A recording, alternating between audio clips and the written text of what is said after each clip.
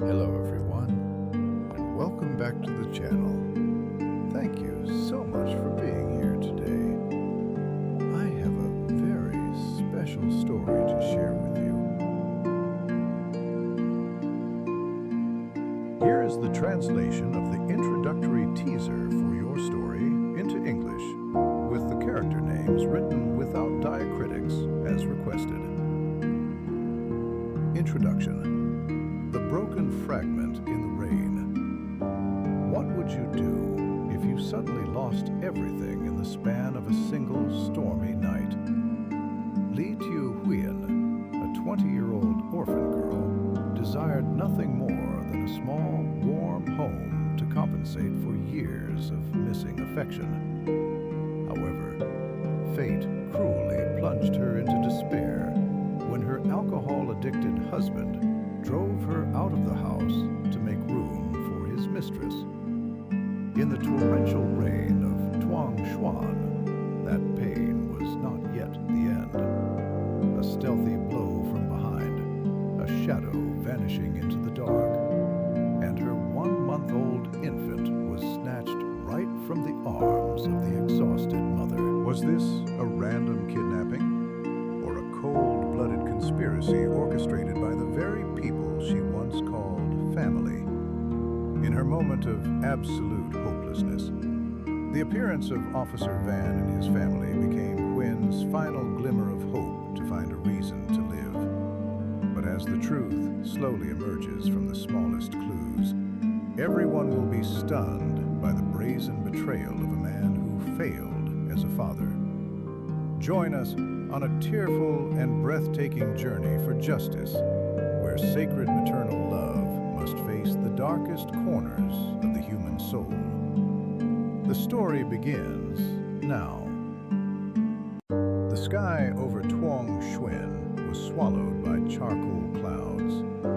A cold, relentless rain began to lash against the tin roof of the small shack where Ly Tieu Hue sat, clutching her 1-month-old daughter to her chest. At 20, Huyen's face already carried the weariness of a lifetime.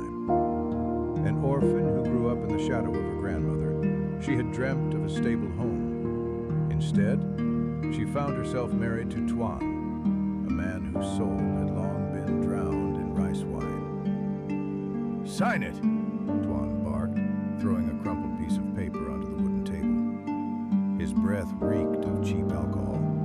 "I'm done with you. My new woman is moving in tomorrow. You and the brat are out." Huyen looked at her husband, her heart breaking not for the loss of him, but for the cruelty in his eyes. He wasn't just abandoning her, he was discarding her like trash. "I'll leave, Tuan. But I need the paperwork for the child support from my grandmother's estate." "You promised to sign the custody transfer." Tuan's eyes flickered with a predatory glint. "Fine, but the documents are at the old abandoned warehouse by the river. I left them there to keep them dry. Meet me there in an hour if you want your precious papers."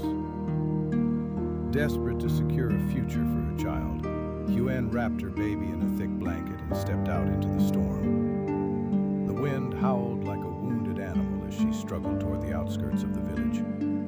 When she reached the desolate warehouse, the silence was deafening, save for the rhythm of the rain.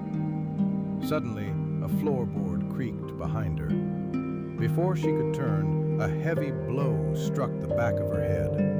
Huyen fell to her knees, the world spinning into darkness. Through the haze, she felt her arms being pried open. She heard the muffled cry of her baby and the voice of a woman, sharp and cold, whispering, "He's mine now." Hours later, Officer Van was patrolling the muddy roads when his flashlight caught a figure collapsed near the trail. He rushed over to find a young woman, soaked to the bone and bleeding from the head. "Help, my baby." Huyen managed to gasp before losing consciousness again. Van's jaw tightened. He knew this wasn't just an accident. In the distance, the taillights of a motorbike flickered and vanished into the mist. The hunt had begun. woke up to the soft crackling of a wood stove and the faint scent of herbal tea. The throbbing in her head had subsided to a dull ache, but the emptiness in her arms was a physical wound that burned deeper. She was lying in a clean, modest bed. An elderly woman with a kind face was sitting nearby, gently stoking the fire. "You're awake, child," the woman said softly. "I am Van's mother. My son found you in the storm. You've been drifting in and out of sleep for hours." Hu Yen tried to sit up, her voice trembling. "My baby. They took my baby."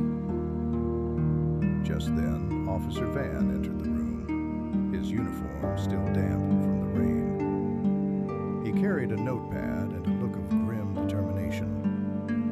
He sat on a wooden stool near the bed, his presence both authoritative and comforting.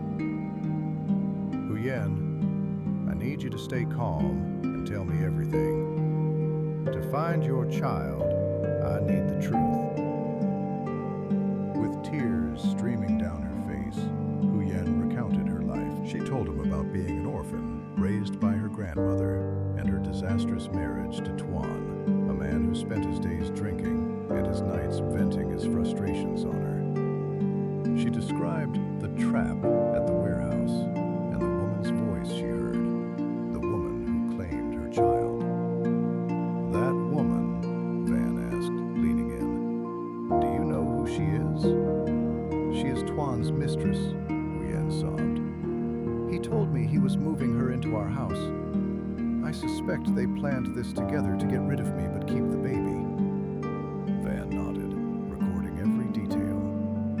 He explained that he had already contacted his colleague, Mr. Tan, to support the investigation.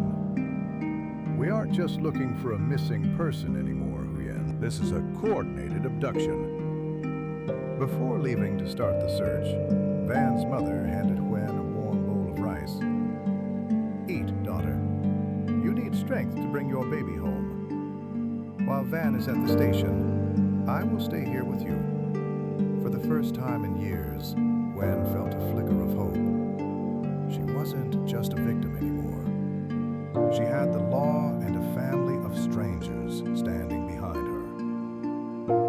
The next morning, the rain had reduced to a persistent drizzle. Officer Van met Mr. Tan at the station to discuss the investigation. While Huen stayed with Van's mother, the two officers began their search at the outskirts of the village. Van suspected that Tuan wouldn't have the resources to take the child far, especially given his drinking habits. "We need to check the local pawn shops and taverns," Van suggested. "Tuan needs money to fuel his addiction and to support his mistress." Their intuition proved correct. At a small, dusty pawn shop near the main road, the owner recognized a description of a silver anklet, a family heirloom Hu Yen had mentioned. "A man came in yesterday," the owner said, "reeked of wine. He pawned this for 500,000 Vietnamese dong." Van's heart raced as he looked at the small, tarnished silver anklet. It was the confirmation they needed. Tuan was nearby, and he was desperate. Meanwhile, back at the house, Hu Yen couldn't sit still. She insisted on joining the search. "I know where he hides when he's guilty," she told Van's mother. Despite her weakness, she walked toward the old village area. Near a roadside stall, she stopped abruptly. Her eyes locked onto a woman in the distance, carrying a bundle wrapped in a familiar pattern. "Officer Van, look!" Wen shouted, her voice trembling. "That's her! That's Tuan's mistress! And she's holding my baby!" Van signaled for Huen to stay back and immediately called Mr. Tan for backup. The mistress was walking toward an old, dilapidated house, the very place where Huen and Tuan once lived. The pieces were falling into place, but the danger was just beginning. Huen's heart hammered against her ribs as she watched the woman from a distance. The mistress was holding the baby awkwardly, stepping into a small roadside stall to buy some medicine and milk. Huen wanted to scream, to run forward and tear her child away, but Van grabbed her arm firmly. "Stay back, Huen. If she sees you, she might run or hurt the baby," Van whispered urgently. He pulled out his phone and dialed. "Tan, I've spotted them. They are heading toward the old house in the village. I need backup immediately." "I'm on my way," Tan replied over the radio. "I'm just returning from a meeting at the district. Don't act alone until I get there." Van decided to follow on foot, using the trees and fences for cover. Huen followed closely behind, her eyes never leaving the woman. They watched as the mistress entered the gate of the very house where Huen had spent years of misery with Tuan. It was a chilling realization. Tuan had brought his new lover into Huen's former sanctuary to hide her stolen child. "Why is she holding my baby? Why is she in my house?" Huyen sobbed quietly, her voice thick with rage and pain. "Wait for Tan," Van commanded softly. Moments later, the sound of a motorcycle approached. Tan arrived, his face grim. The two officers exchanged a quick nod. "Huyen, you stay here. Let us go in first to handle this," Tan said, checking his gear. They approached the door just as they heard a woman's voice inside, grumbling about Tuan being out drinking again. Van kicked the door open, his voice booming through the small room. "Police! Nobody move!" Huyen's heart hammered against her ribs as she watched the woman from a distance. The mistress was holding the baby, stepping toward the area of Huyen's old house. Huyen wanted to run forward and tear her child away, but she knew she had to wait. "Stay back, Huyen. Let me call Mr. Tan for backup," Van whispered urgently. He pulled out his phone and dialed. "Tan, I've spotted the child. Come and support us in getting the baby back." "I'm on my way," Tan replied. He was returning from a meeting at the district. Van decided to follow the woman to the old house where Huyen and Tuan once lived.